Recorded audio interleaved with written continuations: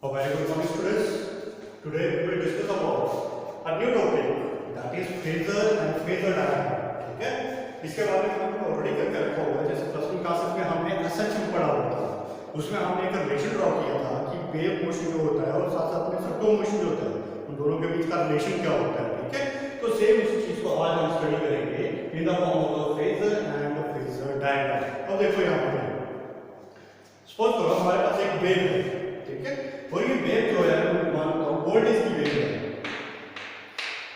इसमें क्या है, वोल्टेज की वेव है. अगर ये वेव के ऊपर डिफरेंट पॉइंट जो मैंने बनाए हुए हैं, ये डिफरेंट पॉइंट किस चीज को रिप्रेजेंट करेंगे, ये बताएंगे particular position of the particle at that instant. ठीक है, with respect to the time. This equivalent line by the time line. ठीक है, this one is the displacement को रिप्रेजेंट करता है. तो ये जो हमारे पास डिफरेंट पॉइंट्स हैं, तो ये इस चीज को रिप्रेजेंट कर रहे हैं, ये हमारे डिफरेंट पोजीशंस को रिप्रेजेंट कर रहे हैं. किसकी पोजीशन को, ऑफ द पार्टिकल या फिर वेव की पोजीशन को रिप्रेजेंट कर रहे हैं एट अ डिफरेंट टाइम पे. ठीक है, अब मान लो मेरे को इसी को ही एंगल्स की फॉर्म में बताना है, तो हम लोगों को पता है कि यहां से वेव हम ओरिएंटेट करवाते हैं that is 0 degree. Maximum amplitude यहां पे ओरिएंट करते हैं 90 डिग्री का, यहां पे होगा 180 डिग्री, ये होगा हमारे पास 270 degree and this one is the 360 degree angle. ठीक है, अगर मैं बोलूं कि पार्टिकल मेरा यहां है, इस पोजीशन पे है, तो what is the face angle, तो उस पे का फेस एंगल बताओ कितना है. तो I can easily say that this is the face angle has the 90 degree. कितना होगा फेस एंगल, 90 डिग्री के इक्विवेलेंट होगा यहां पे. उसी तरह से यहां अगर मैं बोलता हूं कि मेरा पार्टिकल यहां पर है इस पोजीशन पे.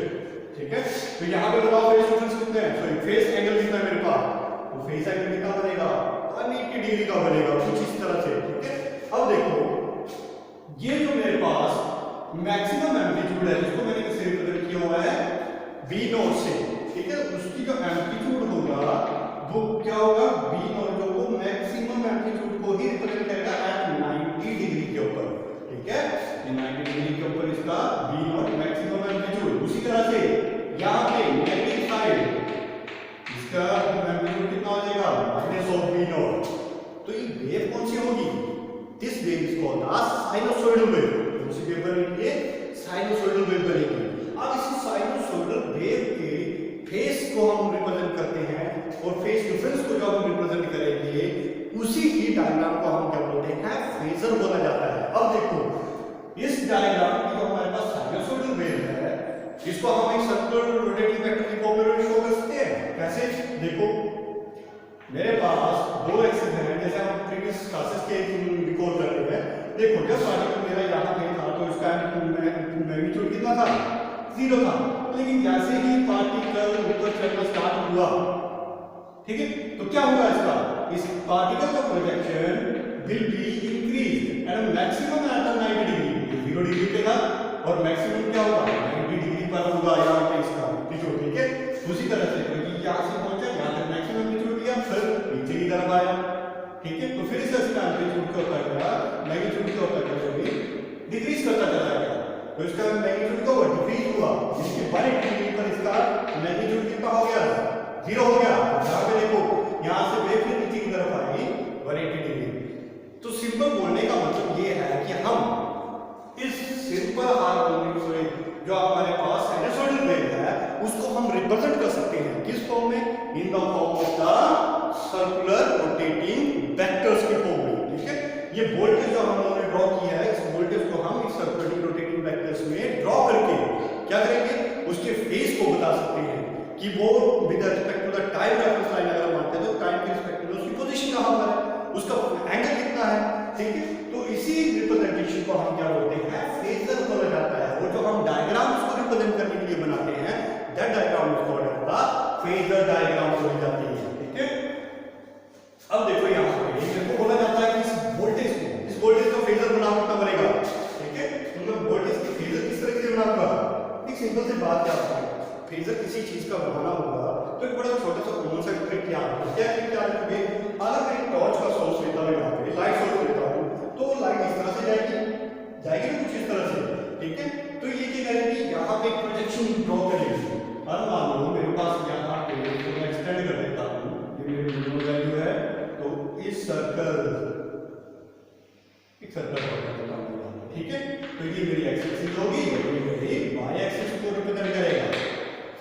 अब मेरे को बोला जाता है कि वोल्टेज का फेज बताओ किस पॉइंट के ऊपर, किस पॉइंट के ऊपर मुझे वोल्टेज का फेज बताना है। तो देखो वोल्टेज का फेज कितना बनेगा इस पॉइंट के ऊपर, यहां पे पहुंचा, यानी कि यहां से मैं क्या करूंगा, एक वेक्टर ड्रॉ करूंगा यहां तक, ये मैंने वेक्टर ड्रॉ कर दिया।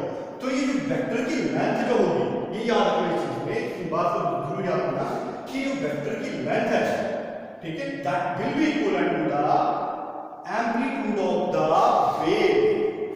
वेव का एम्पलीट्यूड कितना है, उतनी ही वेक्टर की लेंथ होगी, ठीक है, ये डिफरेंट नहीं होगी। जितना आपके पास वोल्टेज का एम्पलीट्यूड होता है उतना ही इस वेक्टर की लेंथ होगी। तो ये मेरे को पोजीशन बोली गई है कि इस पोजीशन में बताओ मेरे को फेज कितना आ रहा है इसका। तो यहां से मैं इसका इजीली फेज निकाल दूंगा, दैट इज दिस वन, ठीक है। ये वेक्टर जो रोटेट कर रहा है बेटा angular velocity omega, omega angular velocity के साथ रोटेट कर रहा है, तो फेज कितना मिलेगा with respect to the time omega T. तो क्या हम लोगों को पता है angle theta equal to angular velocity per unit, sorry omega angular velocity equal to theta per unit time होता है। तो अगर मैं ओमेगा को विस्तार में जाता हूं तो थीटा का कम होगा ओमेगा इनटू टी बन जाएगा, ठीक है। तो ये है क्या, एंगल को रिप्रेजेंट कर रहा है। तो इस पर्टिकुलर पॉइंट पे इसने क्या बता दिया, इसके फेजर को बता दिया। ये जो मैंने डायग्राम यहां पे ड्रॉ की है ये किसको रिप्रेजेंट कर रही है, फेजर डायग्राम को बता रही है, ठीक है। उसी तरह से अगर मेरे को बोला जाता है इस पॉइंट के ऊपर इसका फेजर निकालो कितना आता है इस पॉइंट के ऊपर, तो मैं क्या करूंगा, इससे लाइट सोर्स का यूज करूंगा। लाइट सोर्स का पोटेंशियल देखो कहां पे जाएगा, इस पॉइंट यहां पर, ठीक है। तो यहां पर इसकी मैक्सिमम एम्पलीट्यूड को रिप्रेजेंट करेगा, ठीक है। तो अगर मैं इसको इरेज कर देता हूं तो ये मेरे को किसको बताएगा, फेजर को बताएगा। इसको बता रहा है फेजर, कौन से फेजर को, वोल्टेज की फेजर को बता रहा है।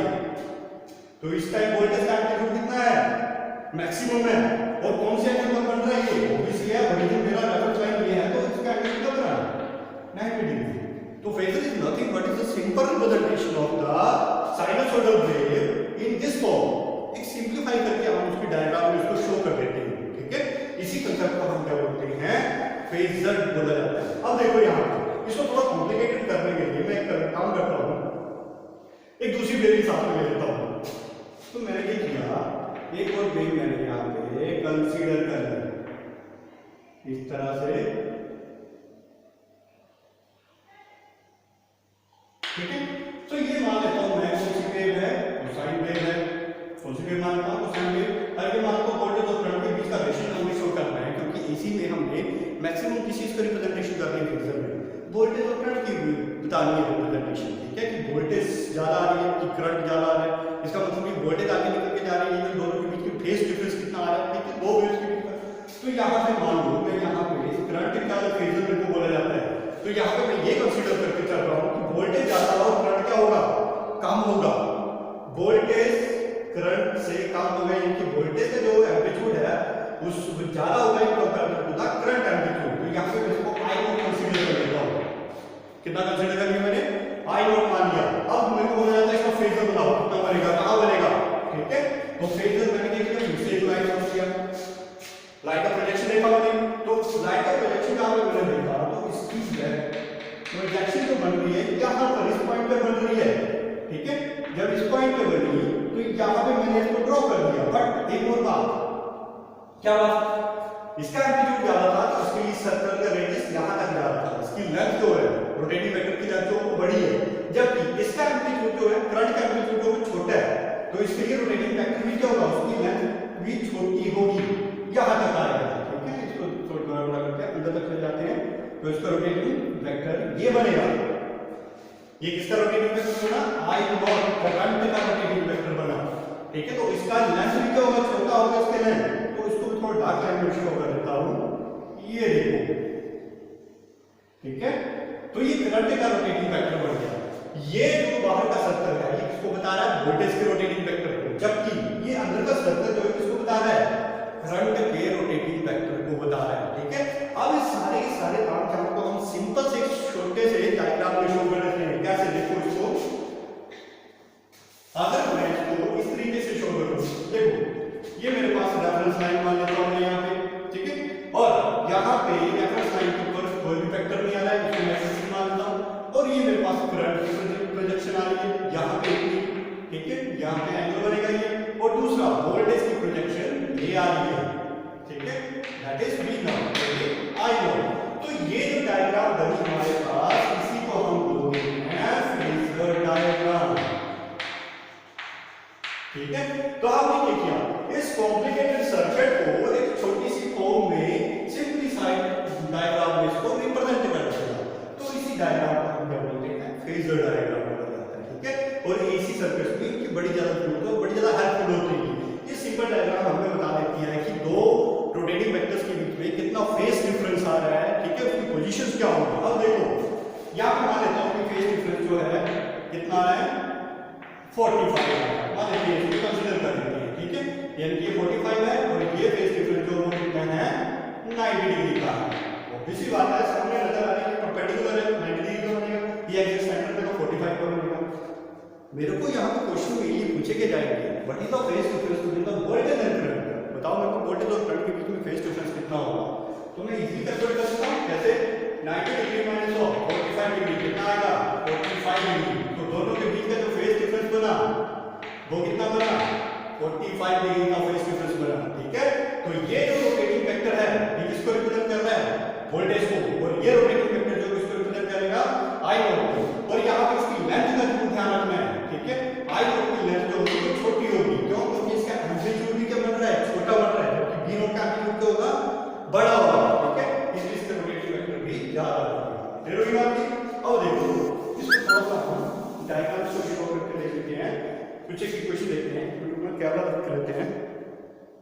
अब देखो यहाँ पे अगर मैं इक्वेशन लिखता हूँ, क्या, B equal to V naught sin of omega t and I equal to I naught sin of omega t।